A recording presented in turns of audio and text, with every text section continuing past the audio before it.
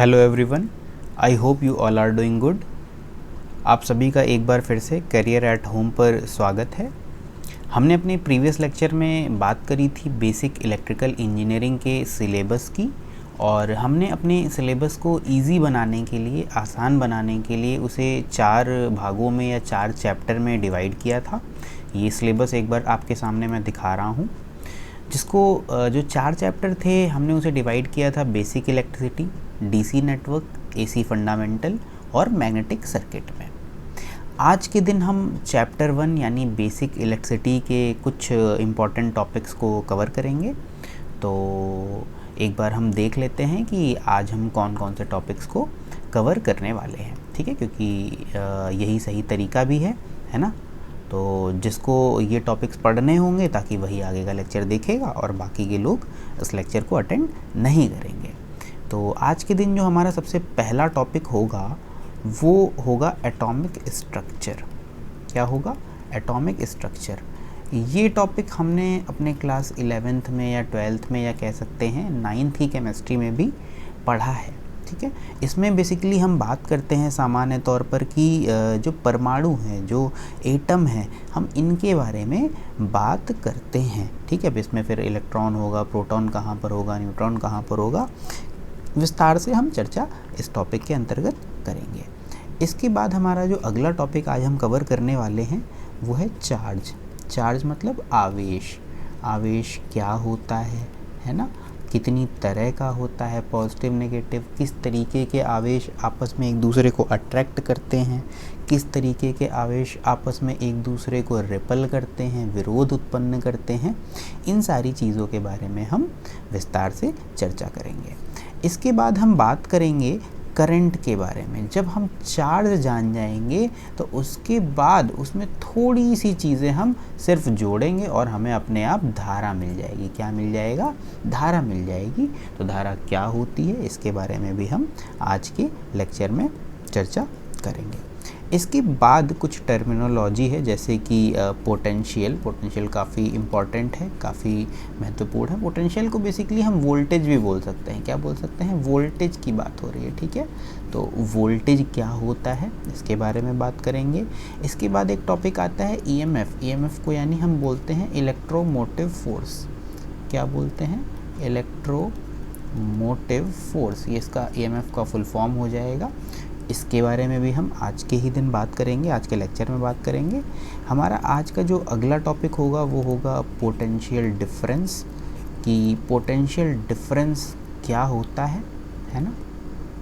इसके बारे में आज के लेक्चर में हम बात करेंगे। और सबसे अंत में आज के लेक्चर में हम वोल्टेज ड्रॉप, यानी जो वोल्टेज का ड्रॉप है वो क्या होता है, इसकी डेफिनीशन, इसकी परिभाषा के बारे में हम बात करेंगे। तो चलिए बिना समय गवाए हुए हमारा जो आज का पहला टॉपिक है एटॉमिक स्ट्रक्चर, उसको हम शुरू करते हैं। एक बार कमेंट देख लेते हैं। हाँ, गुड आफ्टरनून एवरीवन। देखिए मैं बहुत ज़्यादा कमेंट पे ध्यान नहीं दूंगा, किसी का सिर्फ जो क्वेश्चन होगा वही उठाऊंगा, क्योंकि मैं नहीं चाहता जो स्टूडेंट लाइव लेक्चर ना देखें, बाद में रिकॉर्डिंग अगर देखें तो उनको पूरे लेक्चर में गुड इवनिंग, गुड आफ्टरनून, यही सारी चीज़ें दिखाई दें, है ना। इसीलिए मैं एक बार सभी को विश कर देता हूँ। आप सभी का स्वागत है। Good afternoon everyone. चलिए अब आगे देखते हैं। तो सबसे पहला हमारा जो टॉपिक है उसका नाम है एटॉमिक स्ट्रक्चर। क्या नाम है? Atomic structure. सबसे पहले हम इसमें ये बात कर लेते हैं कि इसमें हम करेंगे क्या। तो इसमें हम बात करेंगे एटम्स के बारे में। किसके बारे में? एटम्स के बारे में, यानी परमाणुओं के बारे में। यानी एटॉमिक स्ट्रक्चर में हम परमाणु की स्थिति के बारे में जानेंगे, क्या होते हैं, क्यों होते हैं, कहाँ होते हैं, है ना। इस बारे में बात करेंगे। परमाणु के बाद, और परमाणु के बारे में मैं आपको एक बात बता दूं कि जो सबसे स्मॉलेस्ट यूनिट होती है, सबसे स्मॉलेस्ट इकाई होती है किसी मैटर की, ठीक है, क्या किसी एलिमेंट की, वो परमाणु ही होती है। हालांकि परमाणु को भी आगे तोड़ा जाएगा, नाभिक होता है इसके अंदर। नाभिक में क्या क्या होगा? नाभिक में प्रोटॉन होगा अंदर, और क्या होगा? न्यूट्रॉन होगा। इलेक्ट्रॉन चारों तरफ बाह्य शेल में चक्कर लगाते रहेंगे। ये सारी चीज़ें भी अभी हम आपको विस्तार से बताएंगे। तो ये सबसे पहले क्या हो जाएगी? स्मॉलेस्ट यूनिट हो जाएगी। स्मॉलेस्ट यूनिट हो जाएगी, ठीक है। अच्छा, चलो तो अभी फर्दर समझने के लिए आगे हम एक काम करते हैं, एक कॉपर का जो है कंडक्टर मान लेते हैं, कंडक्टर पीस, कंडक्टर का एक टुकड़ा, ताकि हमें समझने में आसानी हो जाए। मैं यहाँ पर समझने के लिए एक कंडक्टर का टुकड़ा जो है बनाने की कोशिश कर रहा हूँ। देखो मेरी आर्ट बहुत ज़्यादा अच्छी नहीं है, मैं पहले खुद ही बता देता हूँ, तो चीज़ें समझने पे ध्यान देना, मेरी आर्ट में मत देना। ये है मान लो एक कंडक्टर का टुकड़ा। मैं कलर्स आपके लिए चेंज कर देता हूँ ताकि आपको अच्छे से चीज़ें दिखें। और ये जो अंदर है, अंदर जो ये बना रहा हूँ अभी मैं, ये है मॉलिक्यूल्स। क्या है? मॉलिक्यूल्स यानी अणु। अच्छा, अणु के जो अंदर होता है, अणु के अंदर क्या होते हैं? अणु के अंदर ही हमेशा आपको परमाणु मिलेंगे। क्या मिलेगा? परमाणु यानी एटम मिलेंगे। तो ये मैंने परमाणु के अंदर, अणु के अंदर ही परमाणु बना दिए। एक बार मैं इन सबकी नेमिंग भी कर देता हूँ। ये जो सबसे ऊपर आपको दिख रहा है, इसे आप कंडक्टर बोल सकते हो, या कंडक्टर का एक टुकड़ा। उसके बाद ये जो ये ऊपर का ये पूरा गोल गोल हिस्सा है, इसे हम क्या बोल सकते हैं? इसे हम मॉलिक्यूल बोल सकते हैं, मॉलिक्यूल बोल सकते हैं। एक बार हिंदी में भी लिख देता हूँ, कंडक्टर मतलब चालक हो जाएगा, क्योंकि ITI वाले बच्चे भी इस लेक्चर को देख रहे हैं। कंडक्टर को चालक बोलेंगे, मॉलिक्यूल को हम अणु बोलेंगे, ठीक है। और इसके जो अंदर आपको दिख रहा है, अंदर, ये क्या है हमारा? ये हमारे परमाणु हैं।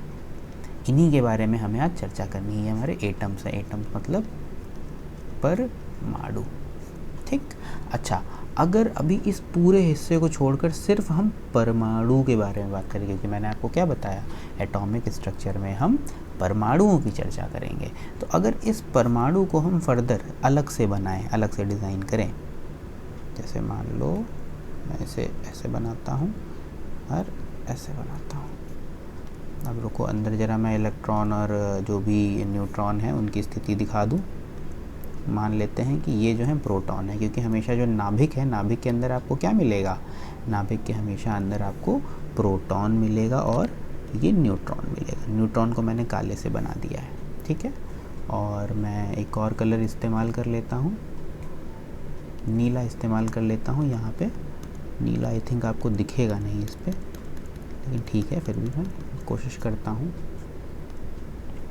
चलो मैं कलर चेंज ही करता हूँ, क्योंकि नीला कलर आई थिंक आपको दिखेगा नहीं। कोई डार्क कलर थोड़ा लेता हूँ। ये कलर आई गेस आपको दिख रहा होगा, ठीक है। अब यहाँ पे ध्यान से समझो, यहाँ पे अंदर जो ये काला वाला है, ये नाभिक के अंदर, ये नाभिक है, जो ये है, ये हिस्सा जो है नाभिक है, ठीक है। नाभिक के अंदर ये ब्लैक वाला जो है, ये क्या है? न्यूट्रॉन है। क्या है? न्यूट्रॉन है।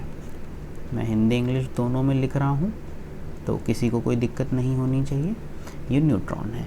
और नाभिक के अंदर ये जो सफ़ेद वाला हिस्सा है, ये क्या है? प्रोटॉन है। अच्छा, इससे हम एक निष्कर्ष पे पहुँचे। क्या निष्कर्ष पे पहुँचे? हमें पता चला कि नाभिक के अंदर, यानी जो न्यूक्लियस है हमारा, न्यूक्लियस है, उसके अंदर दो चीज़ें होती हैं। क्या क्या होता है? एक तो प्रोटॉन होता है एंड न्यूट्रॉन होता है। क्या क्या होता है? एक तो प्रोटॉन होता है और एक न्यूट्रॉन होता है। ये दोनों कहाँ होते हैं? नाभिक के अंदर। अच्छा, ये जो नाभिक के बाहर हैं सारे, ये सब क्या हैं फिर? ये सारे हमारे इलेक्ट्रॉन हैं। क्या हैं? इलेक्ट्रॉन हैं। तो यानी हमें एक चीज़ ये पता चली कि नाभिक के हमेशा, नाभिक के बाहर क्या पाया जाएगा? इलेक्ट्रॉन्स पाए जाएंगे। क्या पाया जाएगा? इलेक्ट्रॉन्स पाए जाएंगे। इतनी बात क्लियर हुई? चलो, इतनी बात अगर क्लियर हो गई तो अब हम एक काम करते हैं कि इलेक्ट्रॉनों की स्थिति को समझने की कोशिश करते हैं, है ना। मैं एक काम करता हूँ, कुछ आपको एक फॉर्मूला भी बताता हूँ। थोड़ा सा मुझे बना लेने दो एक बार।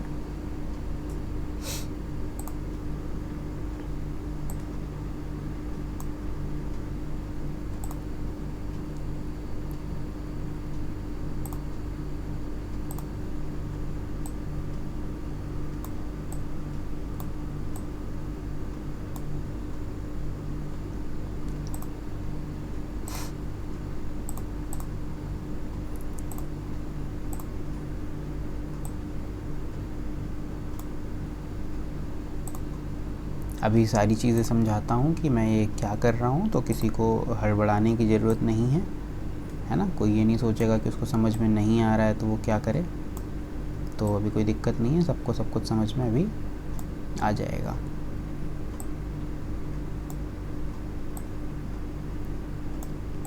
थोड़ा सा समय दो, अभी सारी चीज़ें समझ में आ जाएंगी। ठीक है, अभी बताता हूँ आपको कि ये क्या बनाया है मैंने। ये अंदर का हिस्सा है, ये वाला, ये है नाभिक। क्या है ये?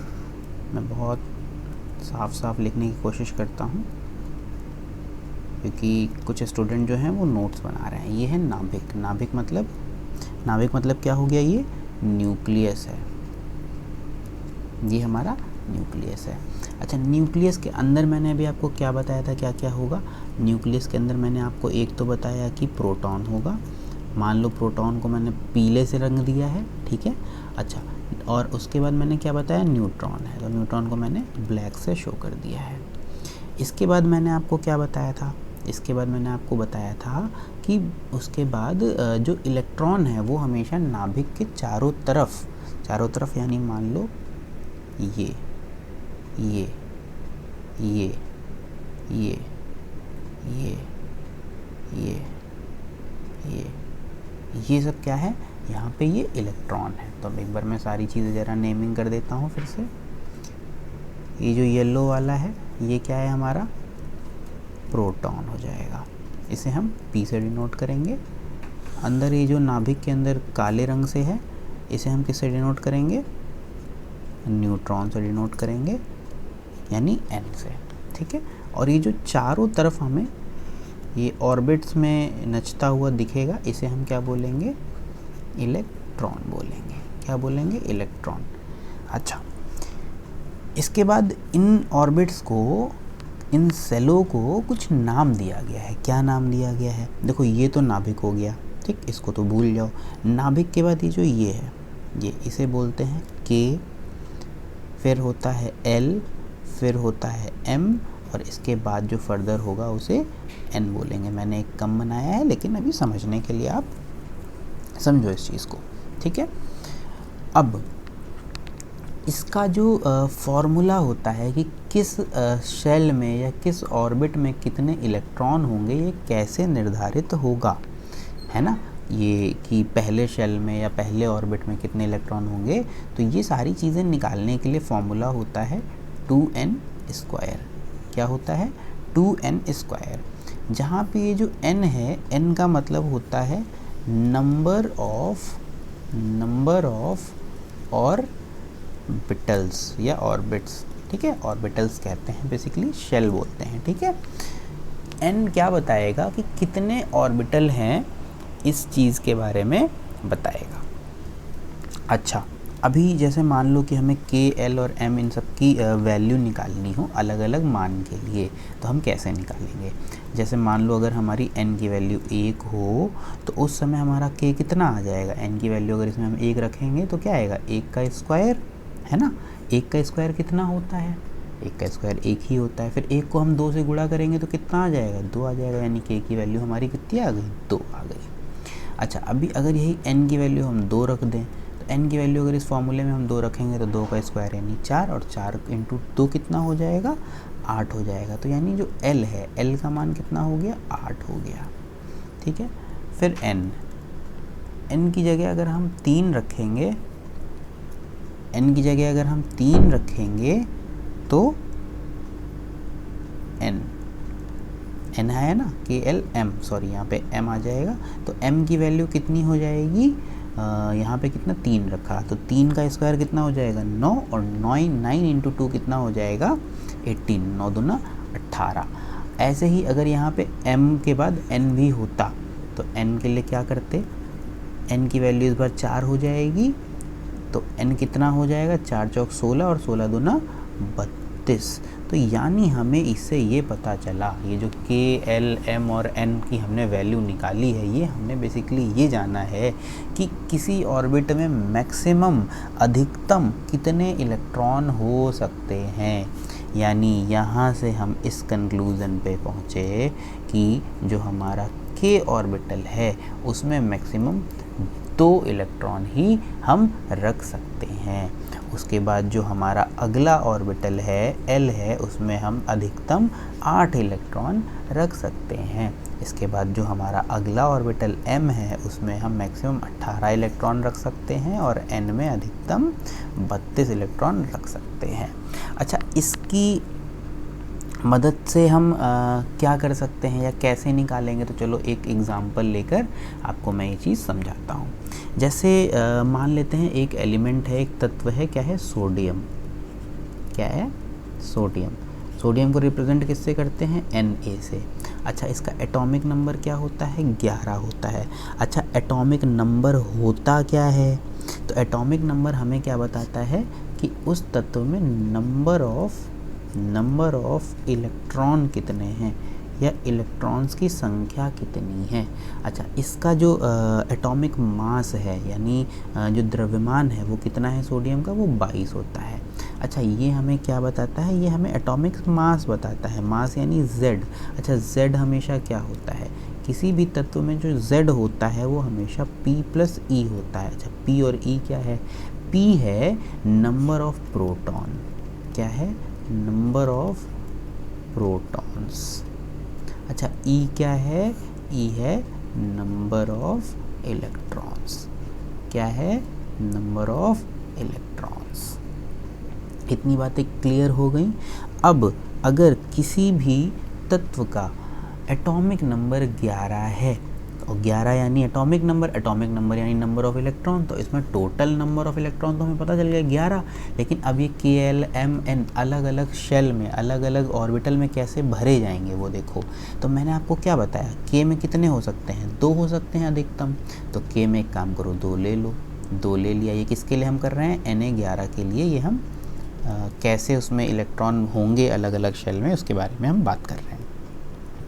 अच्छा, K में अगर 2 होते हैं, L में मैंने आपको अधिकतम कितने बताए थे, L में बताए थे 8।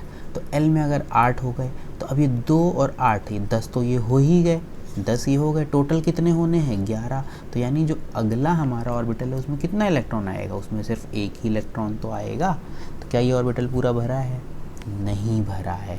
अच्छा, जब कोई ऑर्बिटल पूरा ना भरा रह जाए, अंतिम ऑर्बिटल पूरा ना रह जाए, तो उसमें जो भी इलेक्ट्रॉन होते हैं, जो अंतिम इलेक्ट्रॉन है, इसे ही हम क्या बोलेंगे, इसे हम बोलते हैं वैलेंस इलेक्ट्रॉन। क्या बोलते हैं इसे, वैलेंस इलेक्ट्रॉन। ठीक। अच्छा, इसी को एक काम करता हूँ मैं, आपको वैलेंस बैंड डायग्राम के माध्यम से इसी चीज़ को मैं समझाने की कोशिश करता हूँ।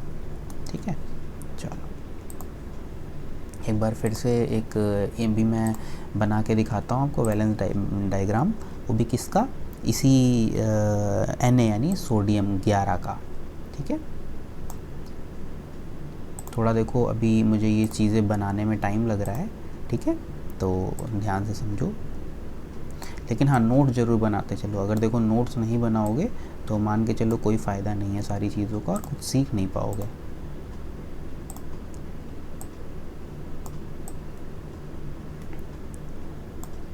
ये हो गया, बीच में एक बस नाभिक और बना दें, बस हमारा काम हो जाएगा। ठीक,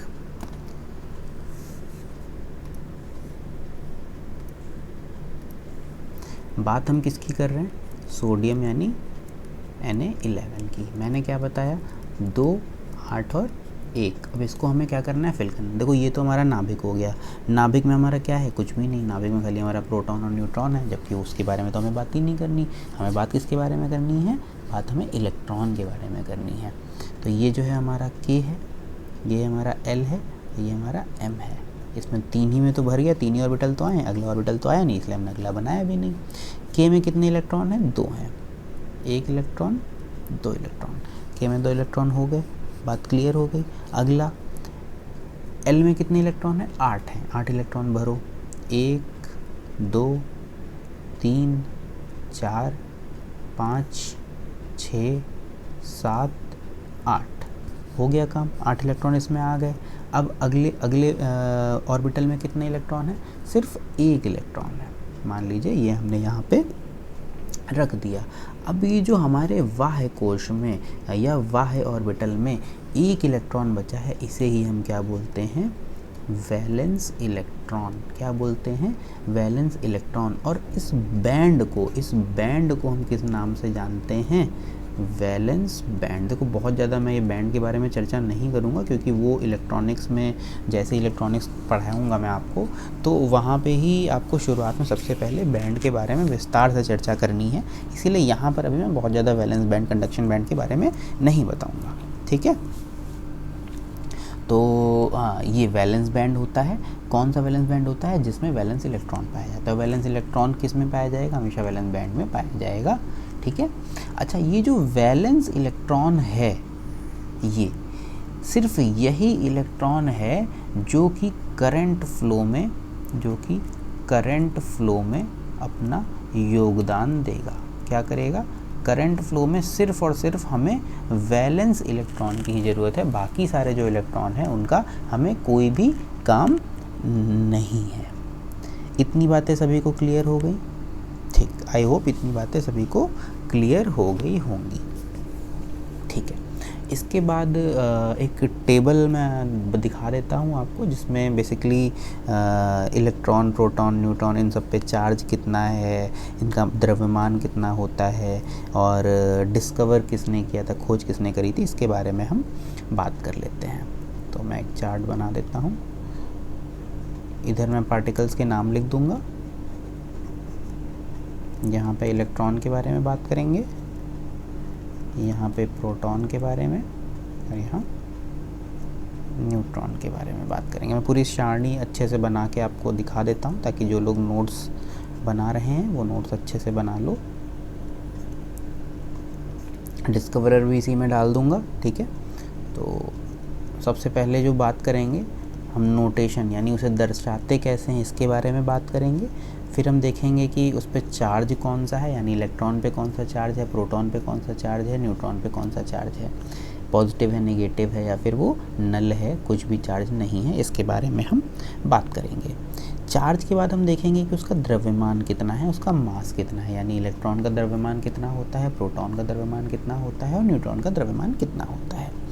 द्रव्यमान देखने के बाद ये जो चार्ज हमने यहाँ पे देखा था कि पॉजिटिव होता है या नेगेटिव होता है, नन होता है, ये चार्ज होता कितना है, मतलब पॉजिटिव तो है बट अमाउंट कितना है, तो अमाउंट ऑफ चार्ज भी हम यहाँ पर देखेंगे। और इसके बाद इसकी खोज किसने करी थी, जो खोज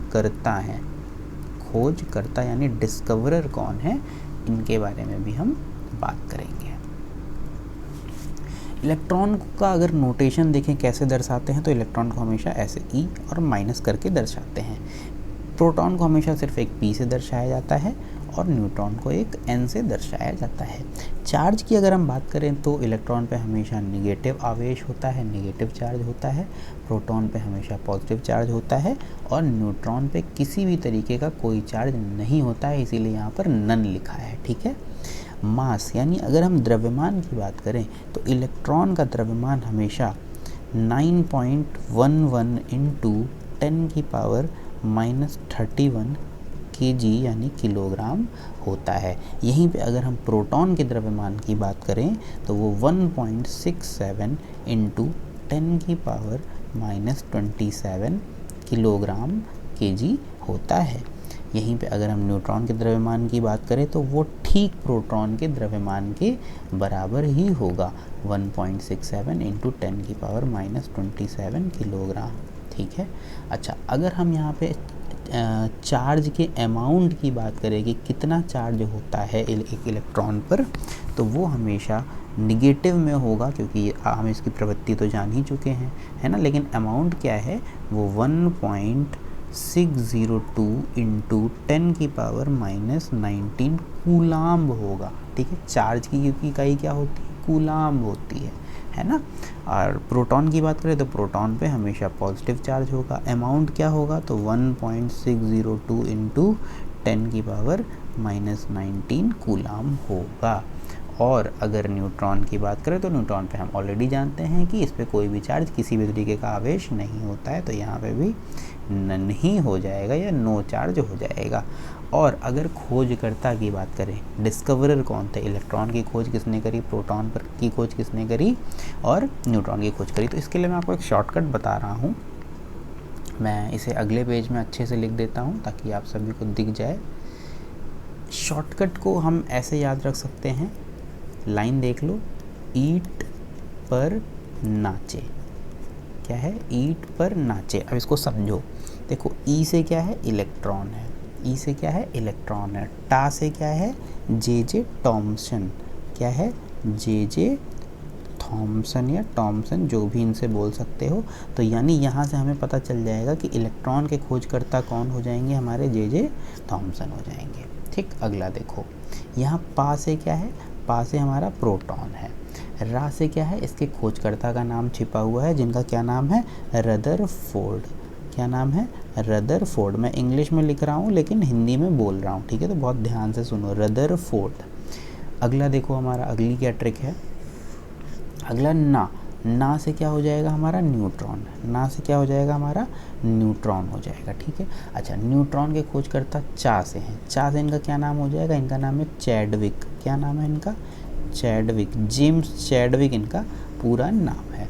तो आई होप इस ट्रिक के साथ आपको ये जो इलेक्ट्रॉन, प्रोटॉन, न्यूट्रॉन, इन तीनों के जो खोजकर्ता हैं उनका नाम बहुत अच्छे से याद हो जाएगा। ठीक है,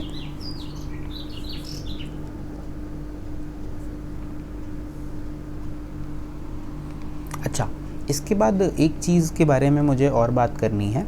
ठीक है, क्या बात करनी है वो देखो, जो मास होता है प्रोटॉन का, क्या होता है, प्रोटॉन का मास यानी द्रव्यमान होता है प्रोटॉन का, क्योंकि मैंने आपको शुरू में बताया था हमें क्या करना है, हमें हमेशा तुलनात्मक अध्ययन करना है। ठीक है, तो जो मास ऑफ इलेक्ट्रॉन है, मान लो उसे हम mp से दर्शाते हैं, तो जो हमारा mp होता है वो हमेशा 1840 गुना होता है मास ऑफ इलेक्ट्रॉन यानी me के। me हमारा क्या है, mass of electron, mass of electron मतलब क्या, किसका द्रव्यमान, इलेक्ट्रॉन का द्रव्यमान, यानी जो हमारा ये मास होता है प्रोटॉन का, यानी प्रोटॉन का द्रव्यमान होता है वो हमेशा इलेक्ट्रॉन से बहुत ज़्यादा होता है। कितना गुना ज़्यादा होता है, 1840 गुना ज़्यादा होता है। और ये क्वेश्चन आपका एसएससी के एग्ज़ाम्स में पूछा गया है डायरेक्टली ऐसे ही, कि वो पूछ लेता है कि जो प्रोटॉन का मास है, प्रोटॉन का जो द्रव्यमान है वो इलेक्ट्रॉन से कितना गुना ज़्यादा होता है। तो कितना ज़्यादा गुना होता है, 1840 गुना ज़्यादा होता है। ठीक है, अच्छा, इसी कंक्लूज़न से हमें एक चीज़ ये भी पता चली कि जो मास ऑफ इलेक्ट्रॉन है वो कितना हो जाएगा, वो 1/1840 गुणे मास ऑफ प्रोटॉन हो जाएगा। ठीक है, ये कुछ नहीं किया, बस इसको हम, क्योंकि यहाँ पे गुणे में था तो इधर हम इसे नीचे ले आए तो ये भाग में आ जाएगा। ठीक है, तो हो सकता है इसको ऐसे घुमा के भी आपसे क्वेश्चन पूछ ले, क्वेश्चन बना दे, तो इस बात को हम याद रखेंगे। ठीक है, अच्छा, इसके बाद एटॉमिक स्ट्रक्चर में एक चीज़ मैं और देख लेता हूँ, मैटर, मैंने आपको नहीं बताया, तो मैटर के बारे में थोड़ा सा बस हम जान लो, बहुत ज़्यादा नहीं, क्योंकि बाकी तो हम जब आपके मटेरियल साइंस पढ़ेंगे, मटेरियल इंजीनियरिंग पढ़ेंगे तो वहाँ पे हम पूरा डिस्कस करेंगे। तो मैटर आपका हमेशा जो है वो 3 तरीके का होता है, 3 तरीके का होता है। कौन कौन सा होता है, जो पहला हो जाएगा वो सॉलिड हो जाएगा, ठोस हो जाएगा, दूसरा जो है वो लिक्विड हो जाएगा यानी द्रव्य हो जाएगा, और तीसरा जो है वो गैस हो जाएगा। हमें अपने इलेक्ट्रिकल में लिक्विड के बारे में बात नहीं करनी है, गैस के बारे में बात नहीं करनी है, हमें किसके बारे में बात करनी है, सॉलिड के बारे में बात करनी है, क्योंकि जो करंट है वो हमेशा सॉलिड कंडक्टर में ही हम फ्लो करवाते हैं। ठीक है, अच्छा, अगर सॉलिड की बात कर रहे हैं तो सॉलिड जो है कितनी तरीके के होते हैं, सॉलिड भी हमारे 3 तरीके के होते हैं। कितने तरीके के होते हैं, 3 तरीके के होते हैं, जिसमें सबसे पहले कौन सा आ जाएगा, कंडक्टर आ जाएगा, उसके बाद क्या आ जाएगा, सेमीकंडक्टर आ जाएगा। थोड़ा मैं जल्दी पढ़ाने की कोशिश कर रहा हूँ, लेकिन ध्यान से सुनते जाओ, लिखते जाओ तो कोई भी दिक्कत नहीं आएगी। तीसरा हमारा क्या हो जाएगा, इंसुलेटर हो जाएगा, और ये सब विस्तृत चर्चा करूँगा कि यहाँ कंडक्टर क्या होता है, सेमीकंडक्टर क्या होता है, इंसुलेटर क्या होता है, तो बिल्कुल परेशान होने की ज़रूरत नहीं है। ठीक है, तो कंडक्टर क्या है, कंडक्टर की देखो बहुत सारी परिभाषाएं। कंडक्टर को अगर हम इलेक्ट्रॉन्स के माध्यम से परिभाषित करना चाहें तो हम कह सकते हैं वह तत्व जिनमें नंबर ऑफ इलेक्ट्रॉन ज़्यादा होते हैं। क्या होते हैं? नंबर ऑफ इलेक्ट्रॉन ज़्यादा होते हैं। अच्छा, मैं इसे थोड़ा और स्पेसिफाइड करूं तो ऐसे बोलूँगा कि वह तत्व जिनमें नंबर ऑफ फ्री इलेक्ट्रॉन्स ज़्यादा होते हैं उन्हें हम क्या कहते हैं? कंडक्टर यानी चालक कहते हैं। या फिर अगर मैं इसे वैलेंस बैंड के द्वारा दर्शाना चाहूँ तो मैं कहूँगा वह तत्व जिनका वैलेंस बैंड और कंडक्शन बैंड, ये जो Vb है ये वैलेंस बैंड है और ये जो Vc है ये कंडक्शन बैंड है, ये दोनों आपस में ओवरलैप होता है। कैसा होता है? ओवरलैप यानी एक दूसरे पे चढ़ा हुआ रहता है, एक दूसरे पे चढ़ा हुआ रहता है। किसमें? कंडक्टर में ऐसा होता है। ठीक।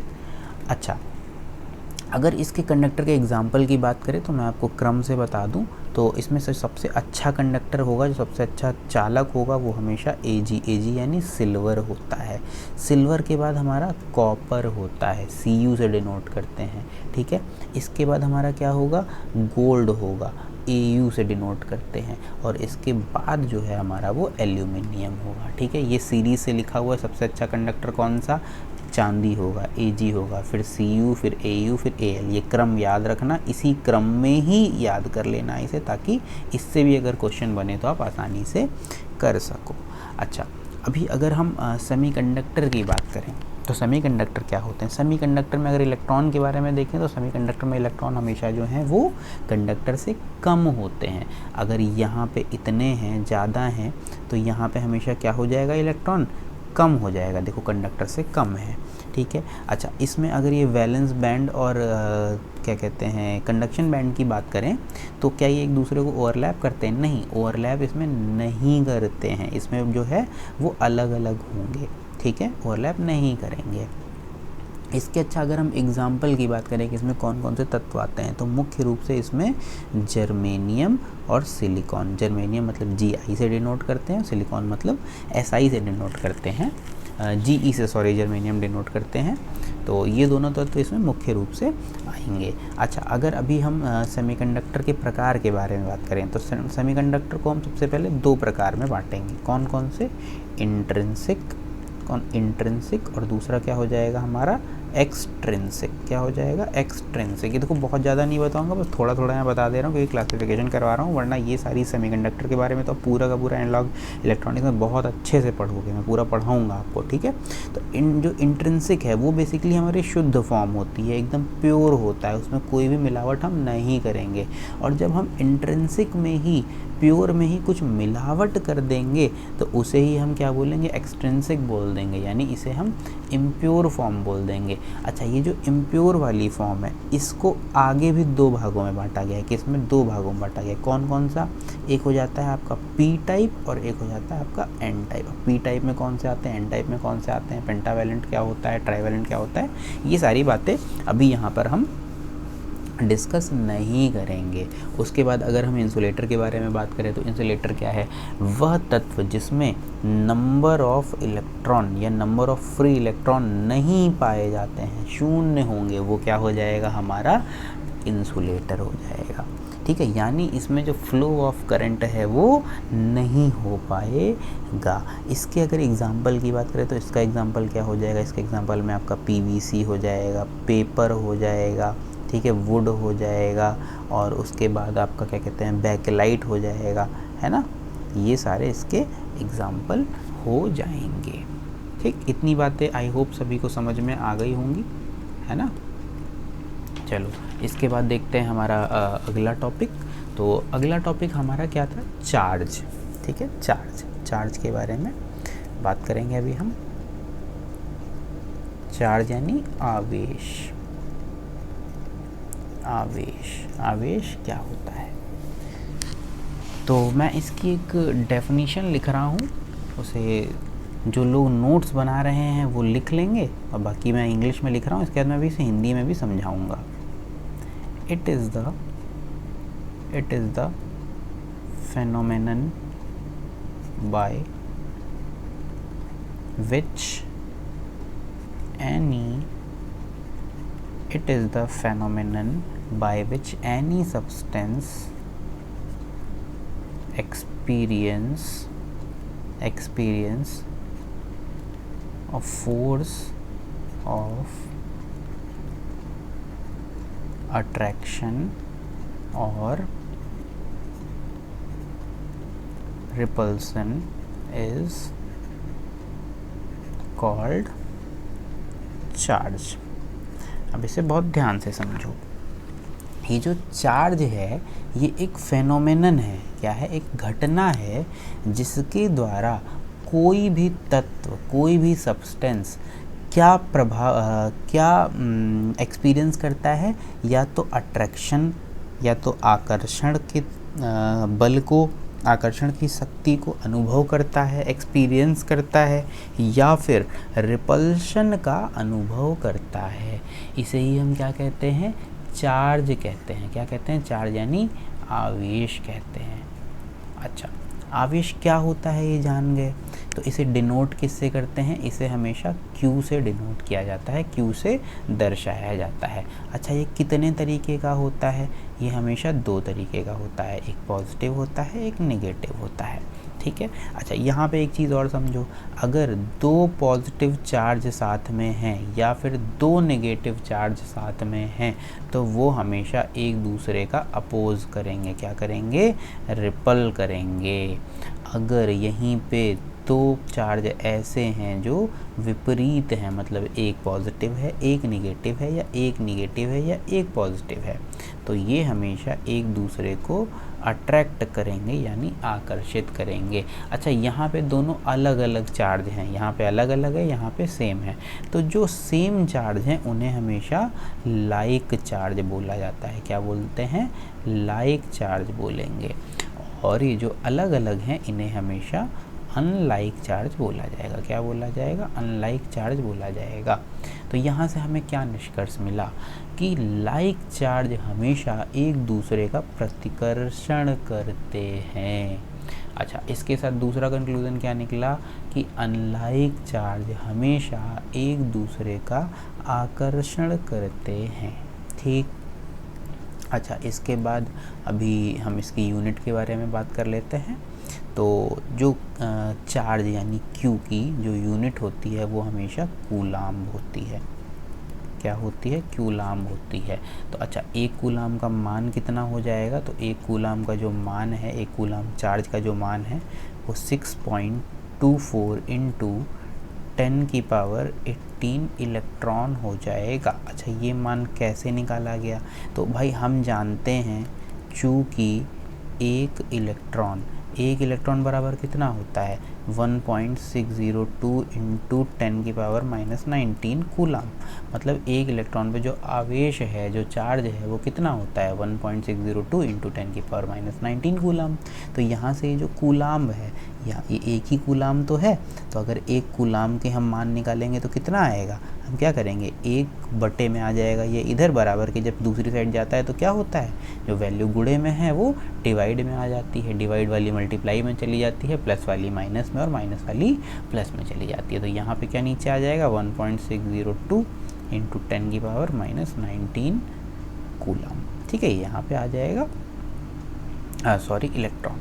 ठीक है, तो अभी समझ में आया कि ये मान जो है कैसे आया। अब इसको जब सॉल्व करोगे आप, जब इसको आप सॉल्व करोगे तो आपको ये वैल्यू मिल जाएगी। ठीक है, इतनी बातें क्लियर?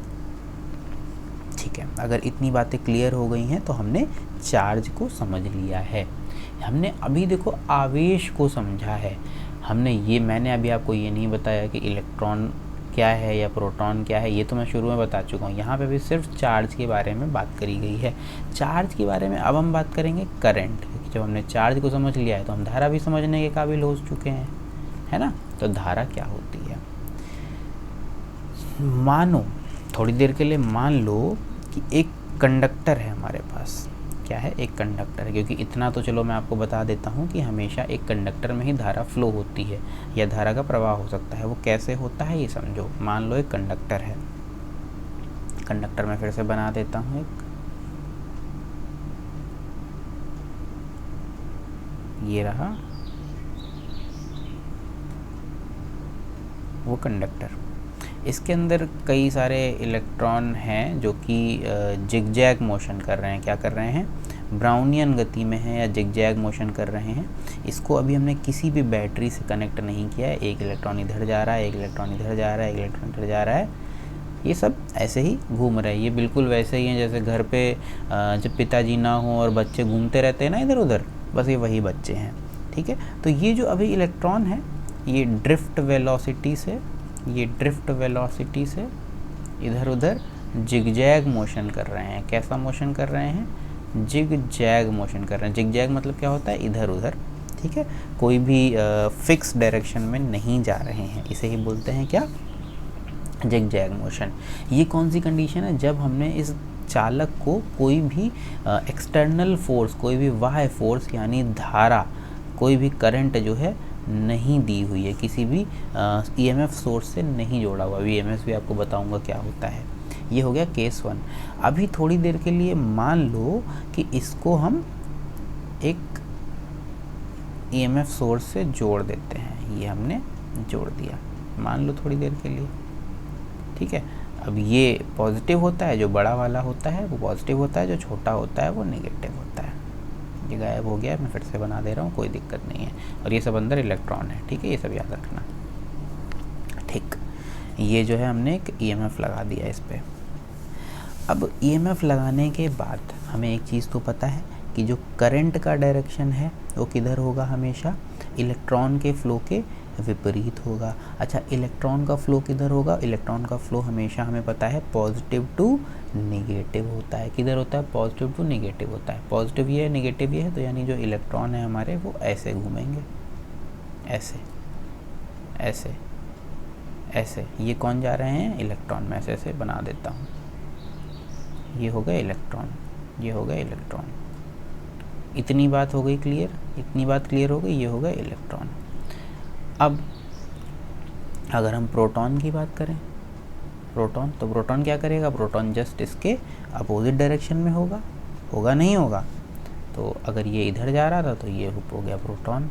ये प्रोटॉन को मैंने येलो से बना दिया है ताकि किसी को किसी भी तरीके का कन्फ्यूज़न ना हो, है ना? कन्फ्यूज़न होना अच्छी चीज़ बिल्कुल भी नहीं है। ये हो गया प्रोटॉन। अगर किसी को कुछ भी समझ में नहीं आ रहा है तो वो तुरंत क्वेश्चन कर लेगा, या फिर जो व्हाट्सएप नंबर आपको नीचे दिखाई दे रहा है उसमें मैसेज करके भी वो क्वेश्चन बाद में क्लियर कर सकता है, कोई दिक्कत नहीं है। ठीक है, ये जो डायरेक्शन है हमारी, ये जो मैंने येलो से दिखाई है, ये किसकी डायरेक्शन हो गई? ये हो गई हमारी डायरेक्शन ऑफ प्रोटॉन, यानी प्रोटॉन की दिशा, डायरेक्शन ऑफ प्रोटॉन। और जो ये जो अंदर दिखाई है ये किसकी है? ये इलेक्ट्रॉन की डायरेक्शन है। किसकी डायरेक्शन है? इलेक्ट्रॉन की डायरेक्शन है। अच्छा, अभी अगर मैं करंट की डायरेक्शन कहूँ तो वो क्या हो जाएगी? करंट की डायरेक्शन हमेशा इलेक्ट्रॉन की डायरेक्शन के विपरीत होती है, विपरीत होती है ना?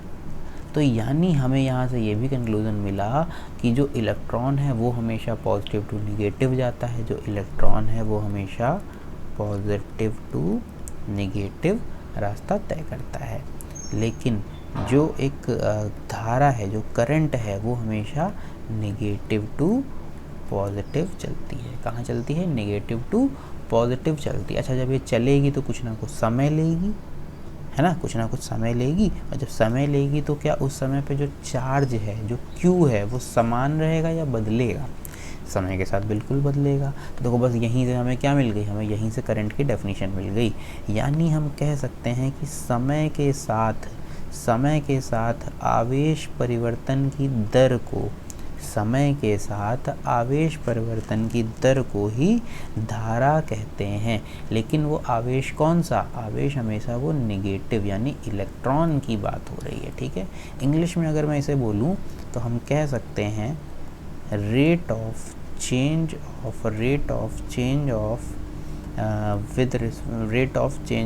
Of charge with respect to time is called current. अब देखो, यहाँ पे मैंने ये नहीं लिखा है कि धारा जो है वो चालक में, धारा क्योंकि चालक में ही होगी तो वो अंडरस्टूड है, वो मैंने ऊपर आपको बना के भी दिखा दिया है।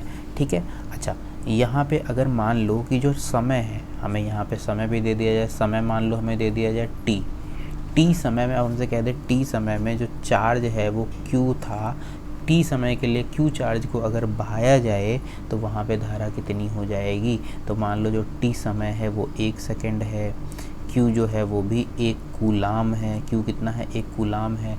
और हम धारा को किससे डिनोट करें, अगर I से डिनोट करें तो I हमेशा जो है वो dq बाई dt होगा। dq क्या है, dq है rate of change of charge, क्या है, rate of change of charge, बहुत ध्यान से सुनना, rate of change of charge. dt क्या है, चेंज, dt क्या है, चेंज इन टाइम, dt क्या है, चेंज इन टाइम है। अच्छा, अगर इसे हम एक पर्टिकुलर समय के लिए, एक पर्टिकुलर आवेश के लिए ले लें, मान लो जो Q है वो हम कह दें 1 कूलाम है और समय कह दें 1 सेकेंड है, तो यानी I इज इक्वल टू क्या हो जाएगा, Q बाई टी हो जाएगा, है ना। Q क्योंकि कूलाम होता है, T क्या होता है, सेकेंड होता है। तो अगर I की हम यूनिट की बात करें तो I की यूनिट हमारी सामने से क्या दिख रही है, कूलाम पर सेकेंड हो जाएगी, ये क्या हो जाएगी, धारा की यूनिट हो जाएगी। अच्छा, इसी धारा की यूनिट को एक नाम और दिया गया है, क्या, एम्पियर। एम्पियर इन हमारे जो जिन वैज्ञानिक ने करंट की धारा की खोज करी थी उनके नाम पे ही रख दिया गया है, ठीक है। तो करंट का जो यूनिट है वो एम्पियर भी होता है और कूलाम पर सेकेंड भी होता है, ठीक है। दोनों में से कोई भी एम्पेयर की यूनिट, धारा की जो यूनिट है वो इकाई जो है वो गलत नहीं मानी जाएगी, दोनों ही बिल्कुल सही मानी जाएगी, ठीक। अभी यहाँ पे एक क्वेश्चन बनता है, क्वेश्चन देखो क्या बनता है, हमसे अगर कहता है, यदि हमसे कहता है कि 1 सेकेंड में चार्ज अगर 1 कूलाम हो तो वहाँ पे धारा का मान कितना होगा। तो हमें पता है जो 1 कूलाम है, 1 कूलाम की वैल्यू कितनी होती है, 1 कूलाम का मान हमने अभी क्या देखा था, 1 कूलाम का मान हमने देखा था 6.24 इंटू 10⁻18 इलेक्ट्रॉन, ठीक। उसके बाद मैंने अभी आपको धारा क्या बताई, I is equal to Q by T. Q का मान कितना है, 6.24 इंटू 10⁻18, है ना, अपॉन में क्या आ जाएगा, 1 सेकेंड। तो यानी जो अगर हम 1 सेकेंड के लिए एक आवेश को बहाएं किसी एक फिक्स, एक क्रॉस सेक्शन एरिया में, जो कंडक्टर दिखाया था उस कंडक्टर के अगर फिक्स एक क्रॉस सेक्शन एरिया में 1 सेकेंड के लिए 1 कूलाम आवेश को अगर बहाया जाए तो वहाँ से जो धारा है वो कितनी आएगी, वो हमारी 6.24 इंटू 10⁸ इलेक्ट्रॉन के बराबर धारा आएगी। इसे ही हम एम्पियर बोलते हैं। क्या बोलते हैं, इसका जो यूनिट हो जाएगा वो क्या हो जाएगा, या तो एम्पियर हो जाएगा या फिर क्या हो जाएगा, कूलाम पर सेकेंड हो जाएगा। इतनी बातें क्या सभी को क्लियर हो गई? अगर क्लियर हो गई हैं तो हम हमारा जो अगला टॉपिक है उसकी तरफ बढ़ते हैं। चलो, जिन्हें क्लियर नहीं हुई होंगी वो मुझे व्हाट्सएप पे मैसेज करके पूछ लेगा, ठीक है। हमारा जो अगला टॉपिक है वो क्या है, पोटेंशियल है। पोटेंशियल को मैंने बोला था कि वोल्टेज भी बोल सकते हैं, है ना, इसे वोल्टेज भी कहा जाएगा। तो ये क्या है ये देखते हैं। इसे अगर मैं हिंदी में परिभाषित करूं तो मैं बोलूँगा किसी एक इकाई चार्ज को या किसी एक यूनिट पॉजिटिव चार्ज को, किसी एक इकाई धनात्मक चार्ज को एक निश्चित दूरी से एक इलेक्ट्रिक फील्ड के अंदर स्थित पॉइंट P या पॉइंट Q तक, सॉरी पॉइंट P ही लिख लेता हूँ, पॉइंट P तक लाने में जो भी कार्य किया जाएगा उसे ही क्या कहा जाएगा, पोटेंशियल कहा जाएगा। बहुत ध्यान से फिर से परिभाषा सुनो। मैंने क्या कहा, किसी एक इकाई चार्ज को या यूनिट पॉजिटिव चार्ज को किसी एक अनिश्चित दूरी infinite distance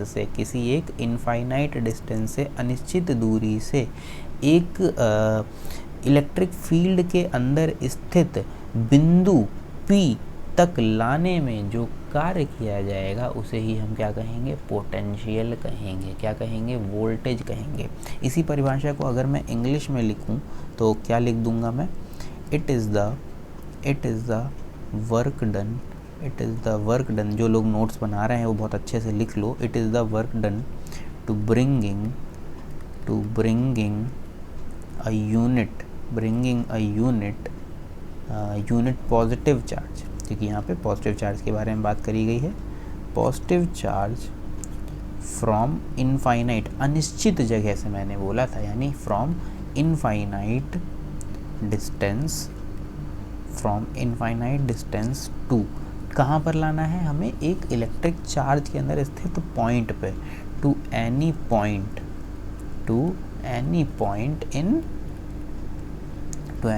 of electric field, यानी इलेक्ट्रिक फील्ड के अंदर स्थित किसी एक पॉइंट तक लाने में जो भी कार्य किया जाएगा उसे ही हम क्या कहेंगे, पोटेंशियल कहेंगे।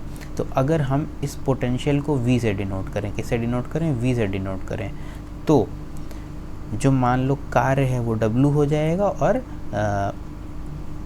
Q क्या हो जाएगा, चार्ज हो जाएगा, जो जिस चार्ज को हम लाए हैं। तो W क्या है हमारा, वो वर्क डन है, W क्या है, वर्क डन हो जाएगा, वर्क डन हो जाएगा, और जो Q है वो हमारा क्या हो जाएगा, चार्ज यानी आवेश हो जाएगा। अच्छा, अभी हम मान लेते हैं कि हमारा जो W है, W का हमारा यूनिट क्या होती है, जूल होती है। जो W का मान है 1 जूल है, क्या है, 1 जूल है, और जो Q यानी जो चार्ज है वो कितना है, 1 कूलाम है। यदि एक स्थिति आपको दी जाए जिसमें जो वर्क डन है वो 1 जूल दिया गया है और जो Q है वो 1 कूलाम दिया गया है, तो वहाँ पे हमारा जो पोटेंशियल है, वहाँ पे जो हमारा वोल्टेज है वो कितना हो जाएगा, वो हमेशा 1 वोल्ट के बराबर हो जाएगा। ठीक है, तो इसकी यूनिट, पोटेंशियल की यूनिट क्या हो जाएगी, वोल्ट हो जाएगी। वोल्ट के साथ साथ क्या हो सकती है यूनिट, वोल्ट के साथ यूनिट हो सकती है जूल पर कूलाम, ये भी किसकी, पोटेंशियल की एक यूनिट हो जाएगी। इतनी बातें क्लियर हो गई। हम अपने अगले टॉपिक की तरफ बढ़ें। हमारा चलो अगला टॉपिक देखते हैं। अगला टॉपिक मैंने आपको क्या बताया था, पोटेंशियल के बाद हम देखेंगे इलेक्ट्रोमोटिव फोर्स यानी ईएमएफ क्या होता है। तो ईएमएफ वो चीज़ है, ईएमएफ वो फोर्स है, ईएमएफ वो बल है जो हमेशा इलेक्ट्रॉन को फ्लो कराने में हेल्प करता है, फ्लो कराने में सहायता करता है। यानी इलेक्ट्रोमोटिव फोर्स कुछ और नहीं, वो बल है, वह फोर्स है जो इलेक्ट्रॉन को, यानी जो नेगेटिव चार्ज हैं, जो नेगेटिव कैरियर्स हैं, उनको फ्लो कराने में सहायता प्रदान करता है। अच्छा, यहीं पे हम अपना, हमारा जो अगला टॉपिक था पीडी यानी पोटेंशियल डिफरेंस क्या होता है, अगर उसकी बात करें तो बहुत ध्यान से समझो। बहुत सारे टॉपिक एक दूसरे से जुड़े हुए हैं, मज़ा आएगा पढ़ने में एक बार समझ जाओगे तो।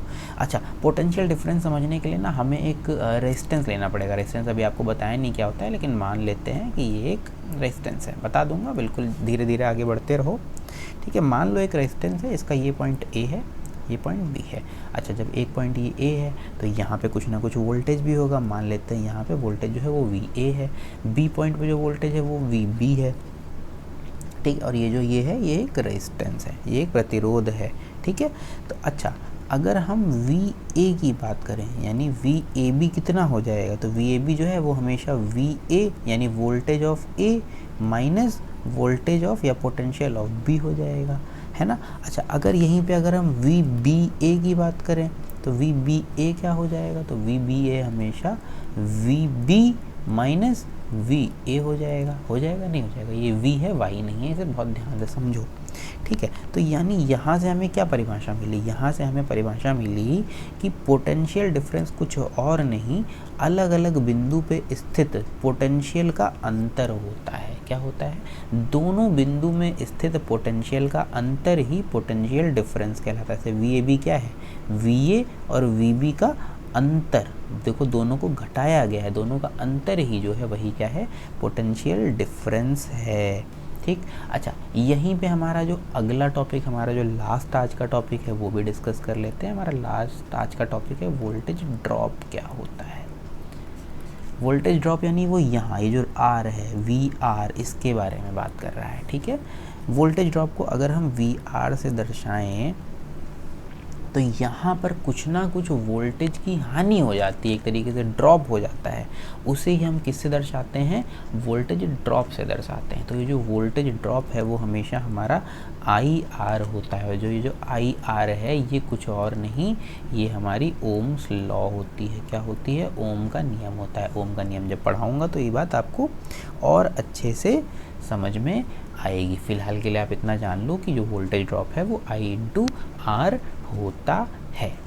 ठीक है, तो आज के लिए हमने जितने अपने टॉपिक बोले थे कि आज हम कवर करेंगे, एक बार देख लेते हैं। हाँ, ये रहे हमारे टॉपिक्स जो मैंने आपको लेक्चर के शुरू में बताया था कि एटॉमिक स्ट्रक्चर, आवेश, करंट यानी धारा, पोटेंशियल डिफरेंस, ईएमएफ और वोल्टेज ड्रॉप।